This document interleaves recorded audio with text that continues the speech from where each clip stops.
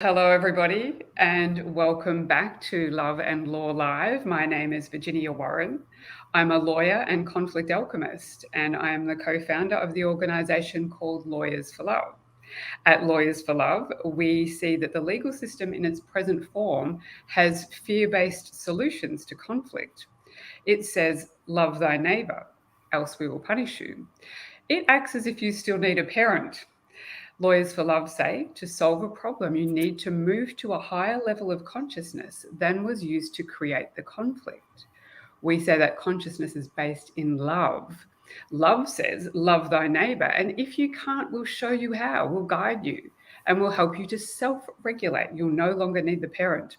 This is what we call love is of the essence consciousness, or Leotech for short. In these live broadcasts, we're showcasing amazing lawyers globally who are bringing their very own style of love into legal practice. And today it's my great pleasure to speak with Seattle attorney Kevin Scudder.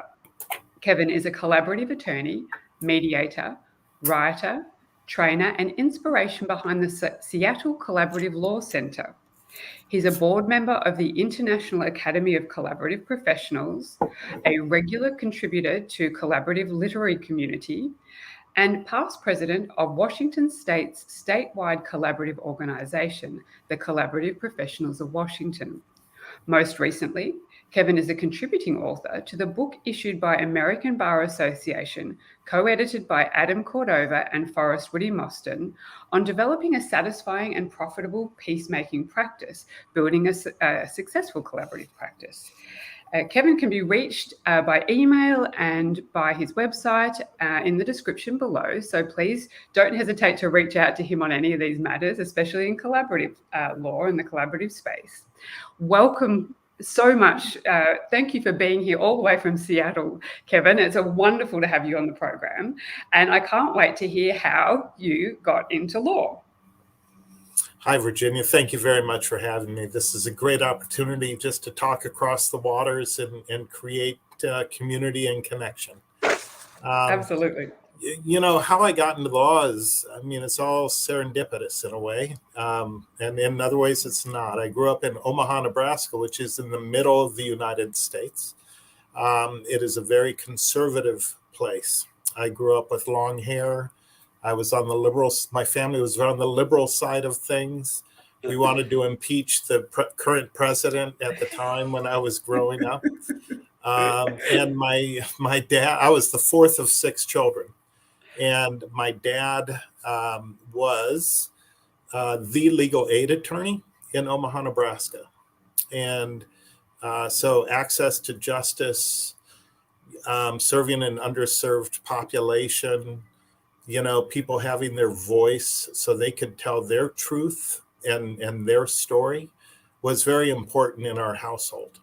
And that was led by my mom and dad. It goes back. My grandfather he refused to sign a loyalty oath, you know, back in the 50s, and was fired from a federal job that would have provided for his family much better than he was able to do. So, you know, the thing is, being long hair, liberal, and Jewish in the middle of the country is not an easy path. And you know, I took a physical beating. I got my hair pulled quite often. And when I was a senior in high school, I got called a dirty Jew by one of the kids that I grew up with. And it was like this light went on. One of the many epiphanies, you know, I've had in life. And I really encourage people to lean into their epiphanies, because they're telling us something.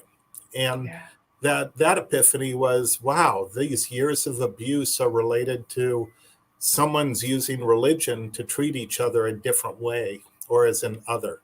So I went to college. I got out in Nebraska, went to Massachusetts, which is in the northeast part of our country.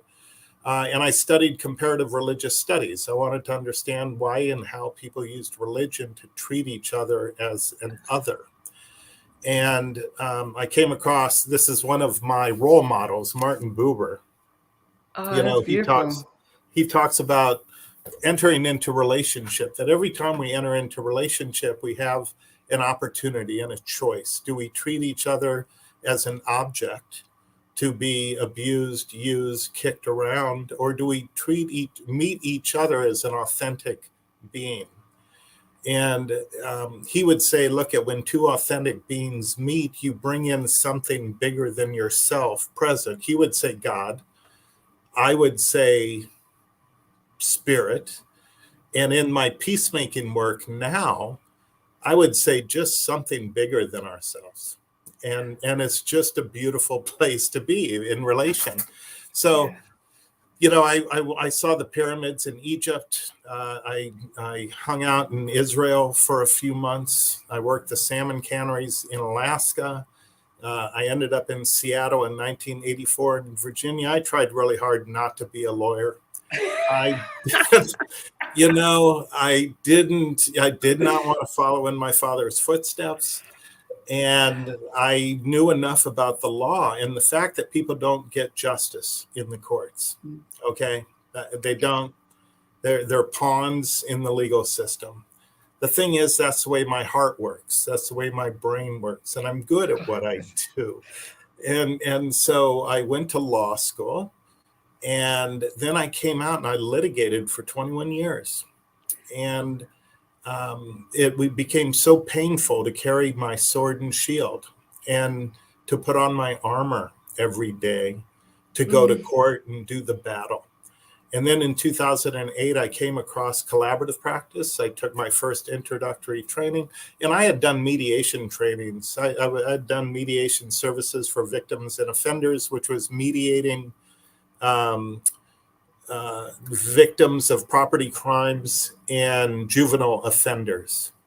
And that was powerful work because the victims got to hear what was going on for the juvenile, and the juvenile could hear what was happening to the victim as a result of their indiscretion.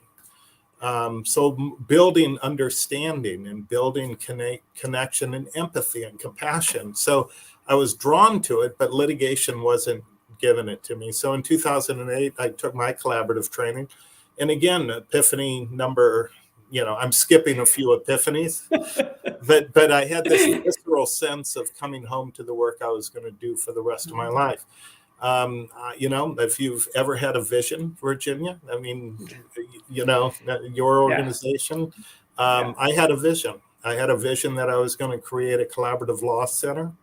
And it was going to be a place for people in conflict to come. It was going to be a place for educating the public, educating other professionals. And here I am. So every day I get to drink coffee out of my mug. That's beautiful. Peacemaking, let it begin with me. That's it. That's the end of the story, really, isn't it? and so every day, let's move on. Yeah, every day is a reboot, and it's where I really disliked the idea of coming to work in the morning. Every day is a new mystery to be experienced and found. Yeah, so, I absolutely love what you just said, all of it, particularly from the being abused, because that is the catalyst. If we go through life in vanilla, we don't get to make a choice to make a different choice. We just say, oh, this is great, and just keep going along. I think this is where people can find themselves on a better path if they look at what is conflicting them and say, what is in this for me? What do I need to look at? And then they can move on. And then, the epiphanies start. And it's beautiful. Yeah. And another epiphany. Woody Mosten, I don't know if you've ever talked to Woody, but, he did a training, and I was just opening my mind to a bunch of things. And he was sitting next to me, and I said, Woody, how often do you have epiphanies? And he said, well, I just had another one. And, and so what you said about my experience of being abused, it gives me the opportunity for compassion and empathy for not only the clients that I'm working with, but the other professionals.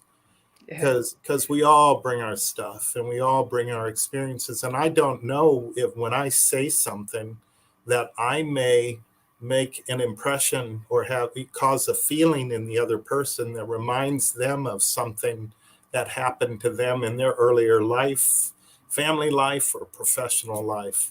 So, being in this place of love with each other, is just fine with me. Thank you.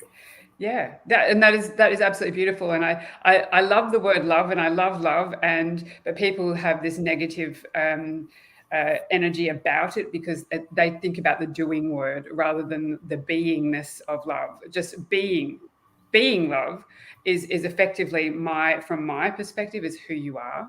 And so if you sit in a collaborative space and you just bring yourself, your loving self to the space, as your cup says. Yeah. You bring yourself in that, people feel it. There is a resonance of love within people, all people. And then they can feel, oh, I feel love here. It's safe. And so you've created a safe space. And people think then they can resolve things. And often I've found when you just sit and hold a loving space, you don't do anything. People can talk and then they hear themselves resolve their own thing. And I think it's just the way forward. Love is the way forward. I like that a lot. It's an interesting conversation. And actually this morning, talk about love. Neil Young was interviewed on our national public radio this morning. And I'm a Canadian musician, long history in the rock field. And he made this comment of saying, times are tough now. And what we need is love. We just go back to love and we just be love. And I said, yep, I'm going to talk to Virginia about that this afternoon. And it's the same, that reaction. It's kind of like the same thing as peacemaking. Yeah. Okay, I'm not a peacemaker. I just know that peacemaking begins with me. And I'm not here to create peace for anyone. I can't, all I can do is help to create a safe place where peacemaking can occur or love can occur, because when it occurs, when people experience it, it can be transformative for them in some way. So I love being in that space because we get to see how people react to it. Yes, and people they love to be heard. The first time I ever heard the saying, Freud said, listening is healing. I thought, wow, you see, lawyers don't listen. they take control. They become your parent. Like, this is what we're going to do, and this and this, and we'll keep fighting for you. You tell me what the fight is, and I'll make out your case so we can keep the fight going. And that's not listening really to the client. They heard some words that we can build a case around for them. And of course, lawyers think they're doing the right thing because that's what the system provides for them to do, them. But it is allowing space and allowing with your loving self to let that person feel love and think, yeah, if I just talk my way through this, there's maybe more. Maybe I do see their point of view. Maybe, there's all these other things. And then it's a self-healing, because lawyers are afraid of this idea of becoming emotionally involved with a client's case. And I say, well, you're not. If you're holding yourself in a state of love, the work begins with you. Then you are creating yourself a safe container. The negative energy cannot resonate with the positive, that high frequency of love that you hold. And number one, people feel safe in it. And number two, you're not affected by it if you're genuinely holding the space of love. So you need to work on yourself. The peace begins with you. It does. And it's a paradigm shift. And I have spent more time trying to unlearn everything I've learned in law school than... I'm learning love skills, peacemaking skills, and they work within the frame of the law. And before we went live, you and I were having a lovely conversation about truth. Yeah. How when one person says what's true for them and the other person starts fighting because their truth is different, we can actually say the world is a better place by both of you being right. And you can stop trying to convince each other that the other person's not right, because I'm experiencing you both as honest people because you're sharing what your experience is. Yeah. And the funny thing is, that in the traditional legal system, we're always searching for evidence and for the truth. But when we work out that, and this is across the planet, in my humble opinion, is that all truth is true. Everything is true. So when we start from that premise, there can be nothing wrong. It's just out of my eyes, I see this, and this is how I see the world. Now, perhaps if I just relax into that idea, I might see other perspectives.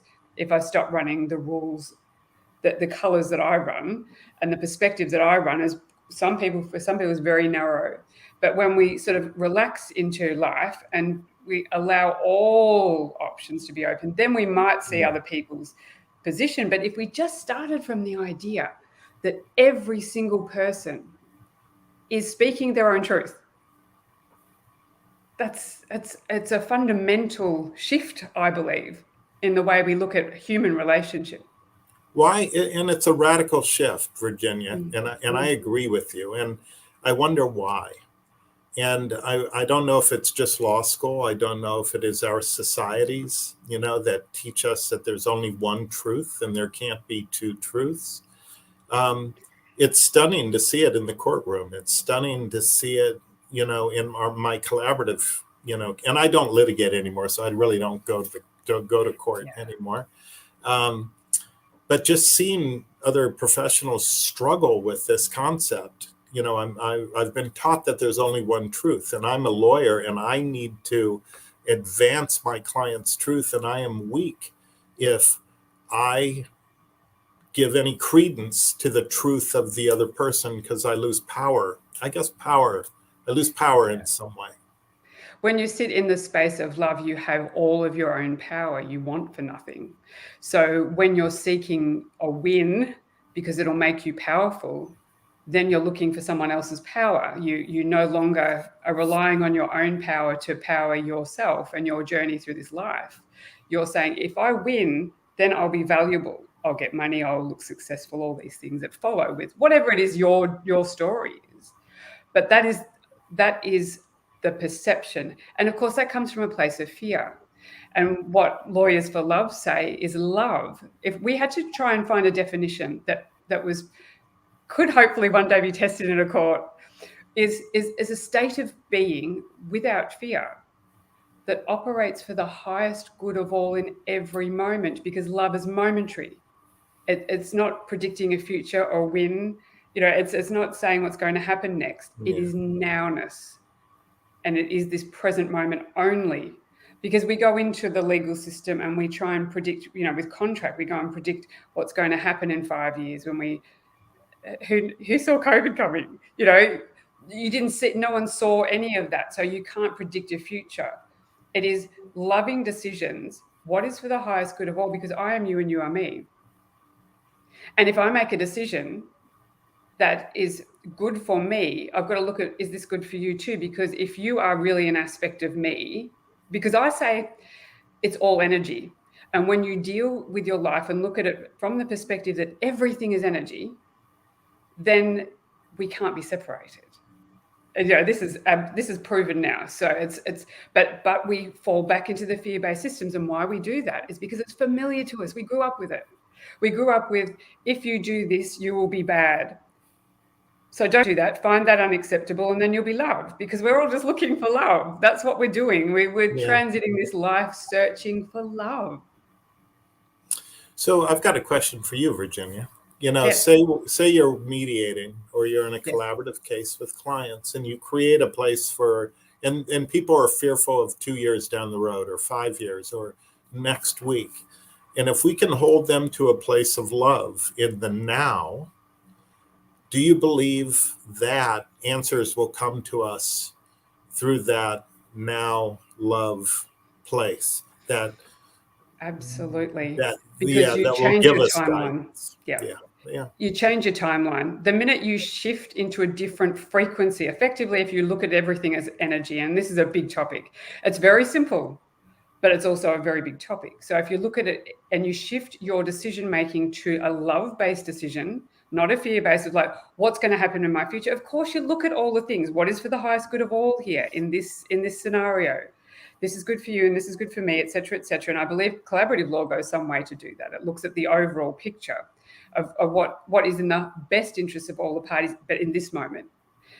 Because you do not know what's going to happen next. No one has certainty. And this is when I looked at the rule of law.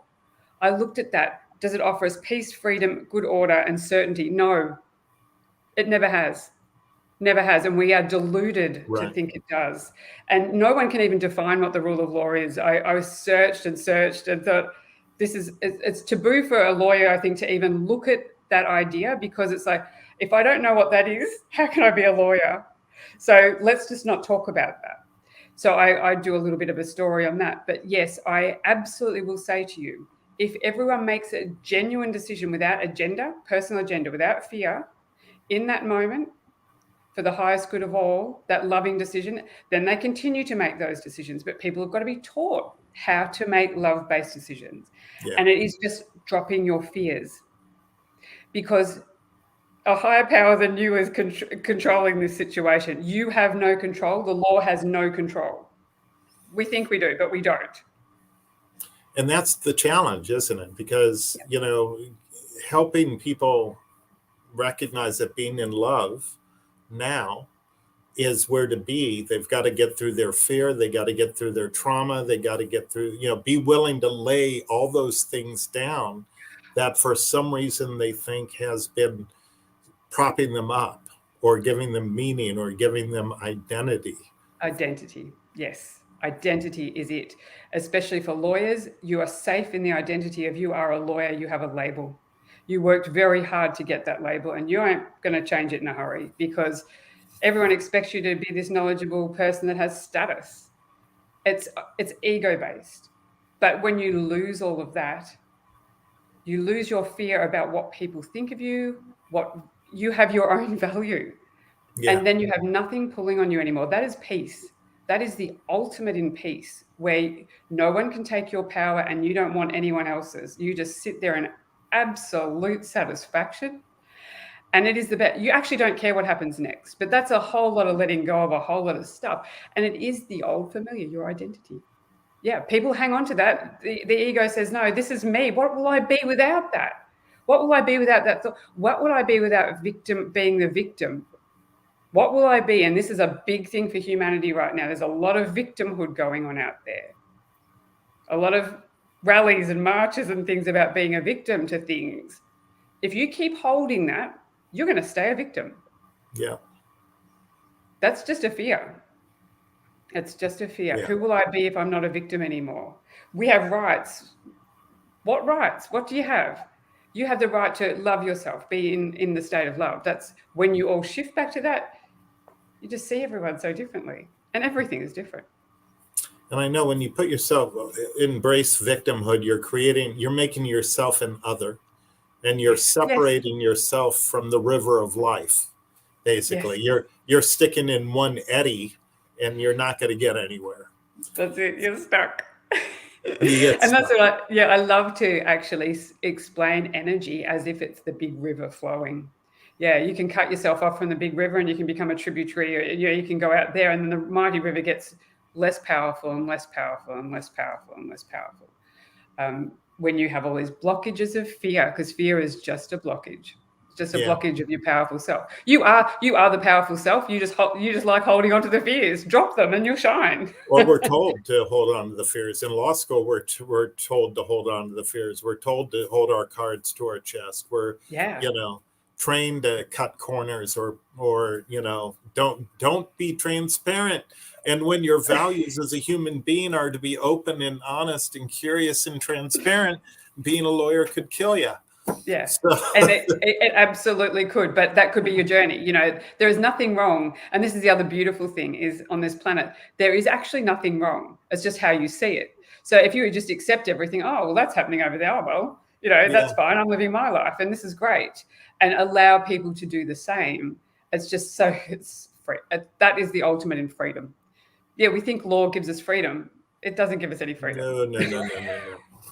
And that's the interesting thing. And also before we got on live, you were talking about natural law. Yeah. And it was interesting because I had a little shame come up when you talked about natural law. Because when I was in college, I dropped one class. There was only one class that I dropped, and it was a class on natural law. And I still have a little bit of heart pang saying, because this is what we're doing now. right? Yeah, that's We're, it. we're doing natural The law. law of nature. Yeah, it's Yeah, chaos, it's random, and it's absolutely perfect. You just have to walk outside and look in that forest or look at that ocean and see absolute energy working to perfection. It's constantly changing. And I also love to say that this is really physics. It's really physics. The laws of thermodynamics operate here because that talks about energy. So if you try and box energy up into rules, it will explode. It's a closed system. Even our Indigenous peoples know all this. They know all this. That's how they've lived their lives. Yet we come along and say, no, no, no, you're wrong. We'll pop you away in jail. How do you like that? We'll separate you. We'll say you're no good. But really, we're just saying an aspect of ourselves is no good. That's all we're doing. We're just trying to cut these. We don't want to see any of that. right. But to you, this might look good, and to me, it doesn't. So that doesn't even work. It's just like, I think that's okay, and you don't. I like pineapple, you like apples, and we both disagree. Well, I mean, that's nonsense. Yeah.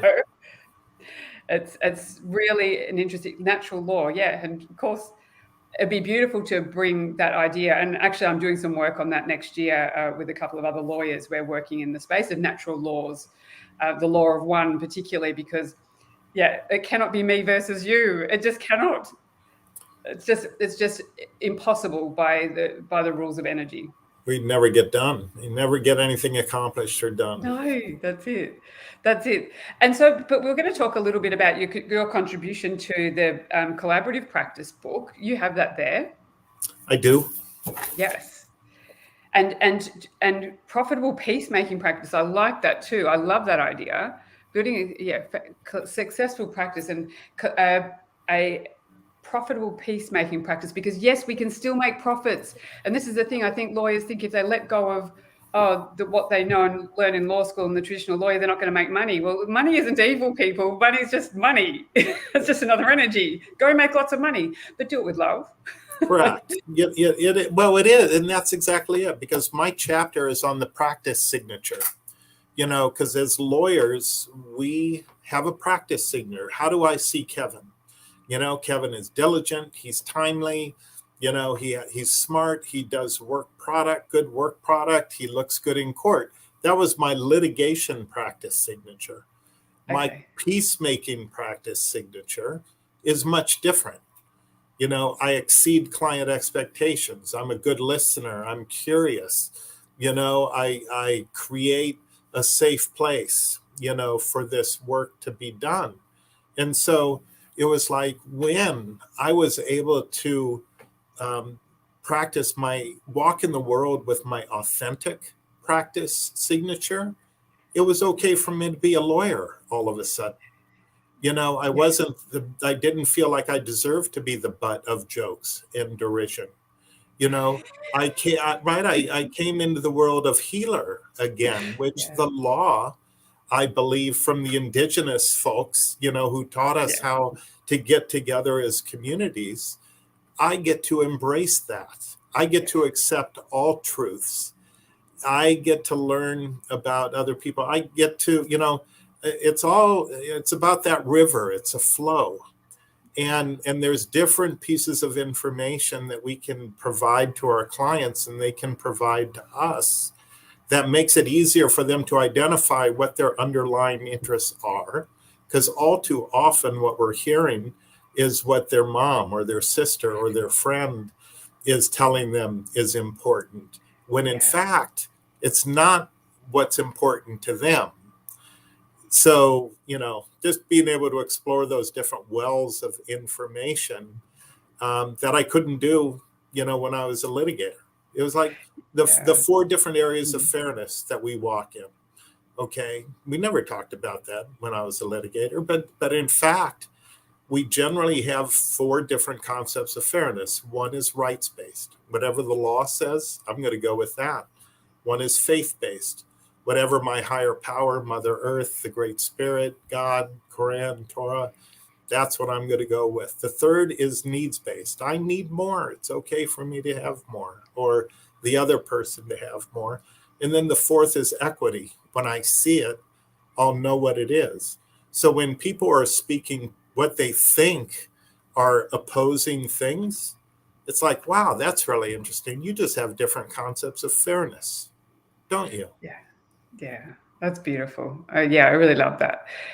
Yeah, because people don't even give time to consider that. And I think when they're coming into a system that people think they want to win, they want to continue to blame the other because they want to be right, they want to be validated.